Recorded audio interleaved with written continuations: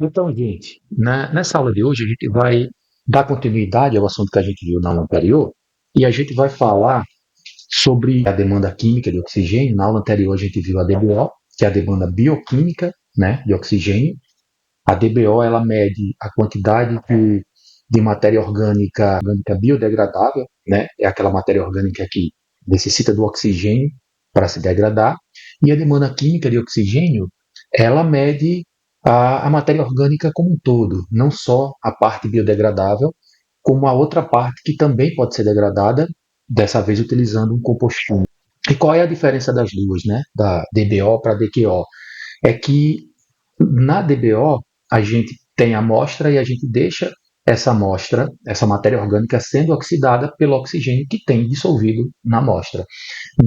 No caso da DQO, a gente utiliza um íon, né? A gente utiliza o íon de cromato, tá? Que vem do dicromato de potássio, né? Então a gente utiliza esse composto químico, que é um composto que é mais forte, né? Como agente oxidante, mais forte do que o oxigênio, e ajuda a oxidar os compostos orgânicos de uma forma mais completa, digamos assim. Aí aqui a gente tem a reação, né? Aqui do íon de cromato, a reação de redução.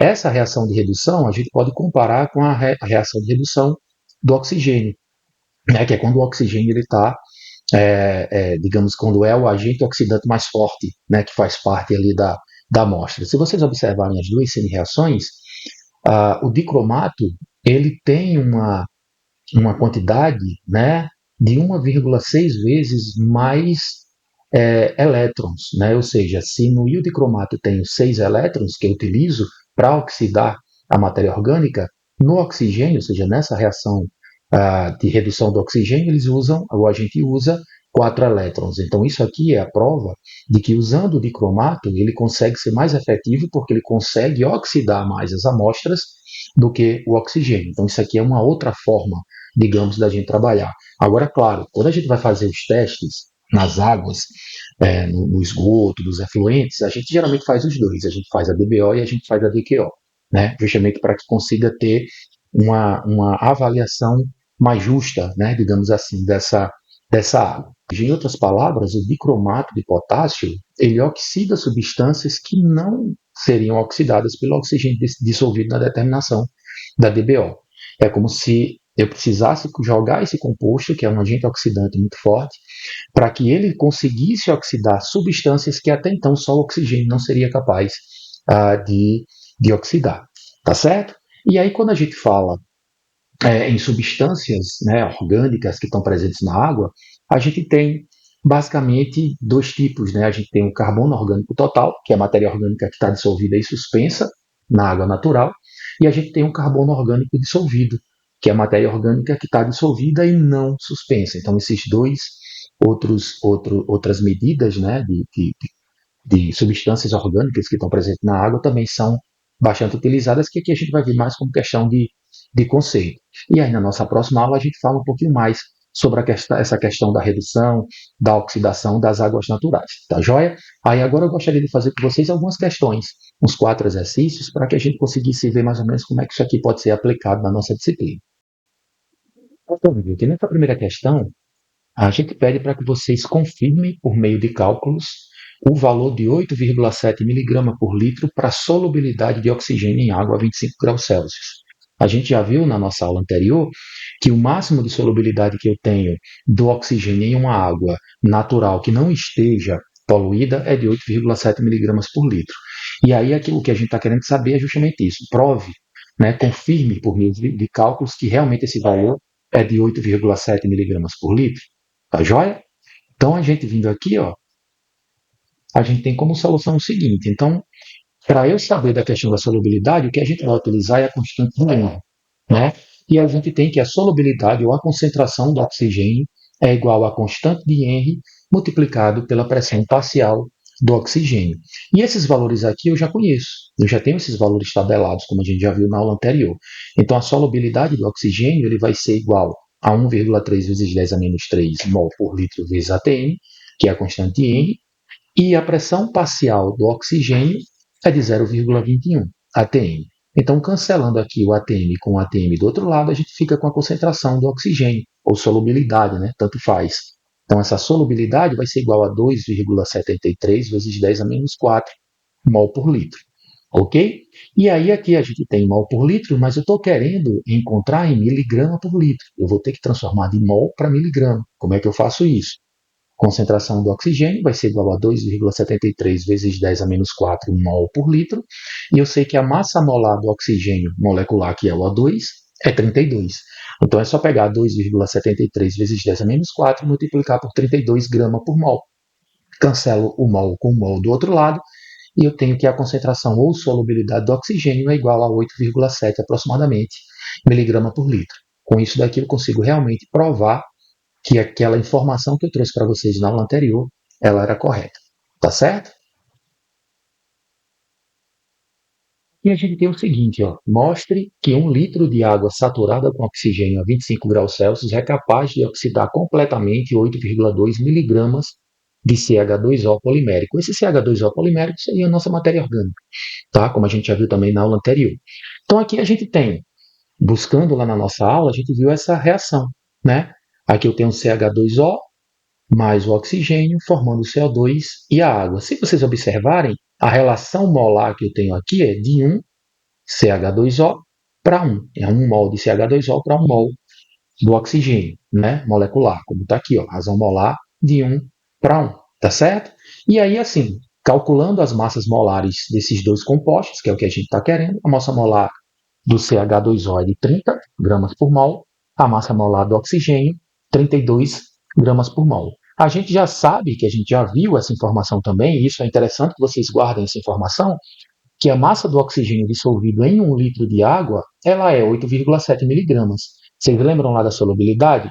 8,7 miligramas por litro, ou seja, em cada litro de água eu tenho 8,7 miligramas de oxigênio dissolvido.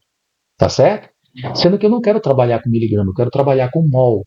Então, a quantidade de mols de oxigênio dissolvido é 8,7 miligramas, que é o que a gente acabou de encontrar, dividido pela massa molar, 32 miligramas por milimol. Fazendo 8,7 dividido, né, por 32 miligramas por milimol, veja, grama por mol é a mesma coisa de miligrama por milimol. Eu coloquei aqui só para poder cancelar com um miligrama de cima. Então, 8,7 dividido por 32 dá 0,272 milimol. Por que que eu fiz isso? Por que que eu transformei para milimol?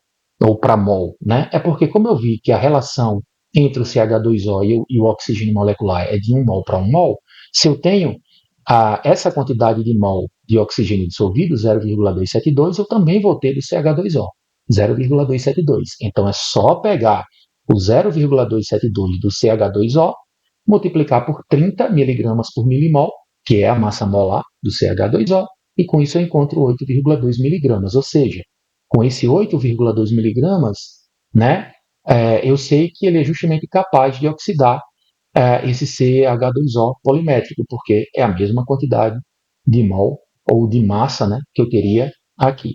Tá joia, gente? Então, nessa questão 3, a gente tem o seguinte, ó.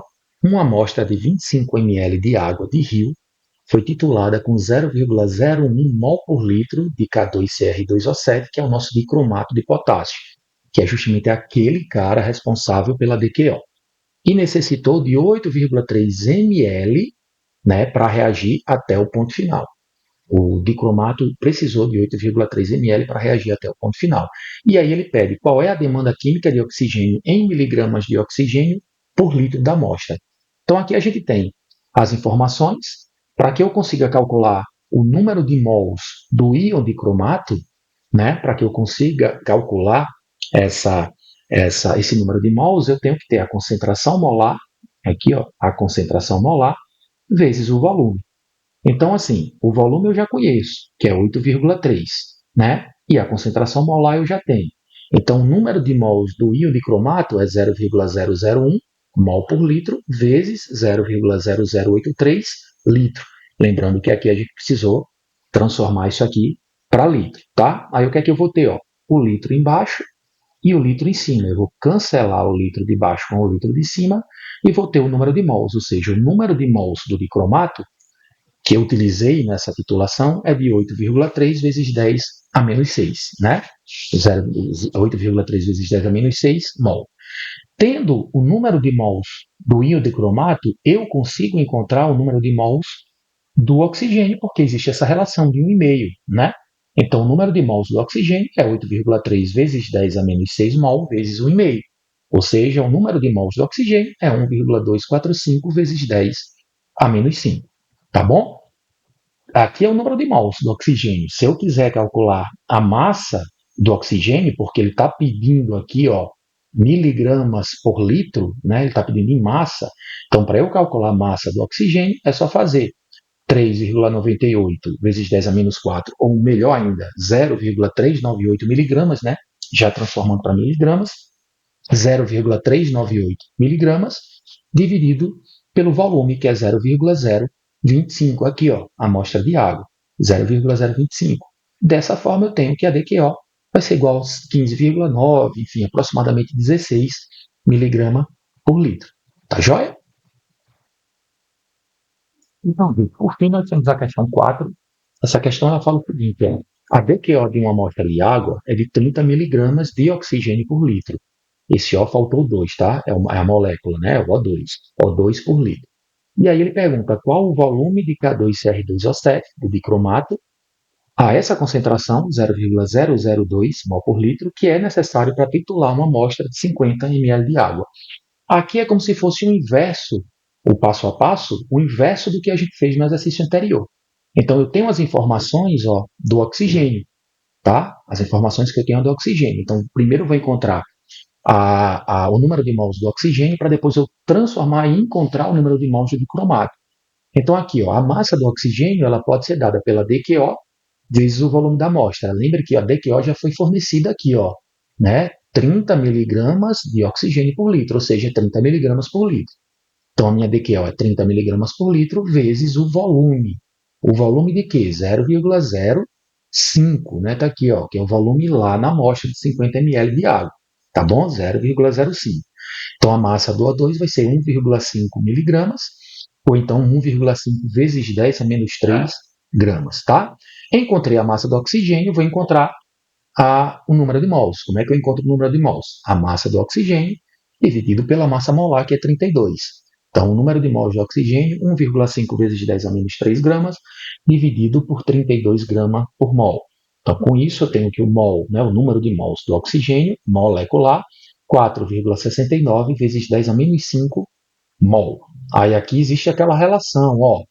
Se eu tenho o número de mols do oxigênio molecular e eu quero encontrar o número de mols do dicromato, é só dividir 4,69 vezes 10 a menos 5 por 1,5. Fazendo isso, ó, dividindo 4,69 vezes 10 a menos 5 por 1,5, eu tenho o número de mols de cromato. O número de mols de cromato, 3,13 vezes 10 a menos 5 mols, né? Mas perceba, o que é que ele está querendo no exercício? Eu já tenho o número de mols, mas ele está querendo saber o volume de dicromato que eu vou ter que utilizar. Então, o volume vai ser o número de mols que eu já encontrei, dividido pela concentração, porque a concentração molar é mol por litro. Então, eu vou cancelar esse mol de cima com o mol de baixo, e esse litro que estava aqui embaixo, ele vai passar para cima.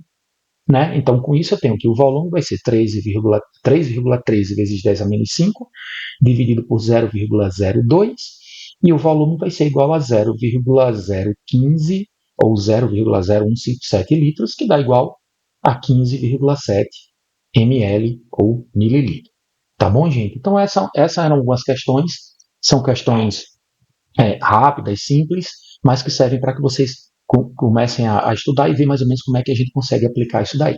Tá joia? Um abraço.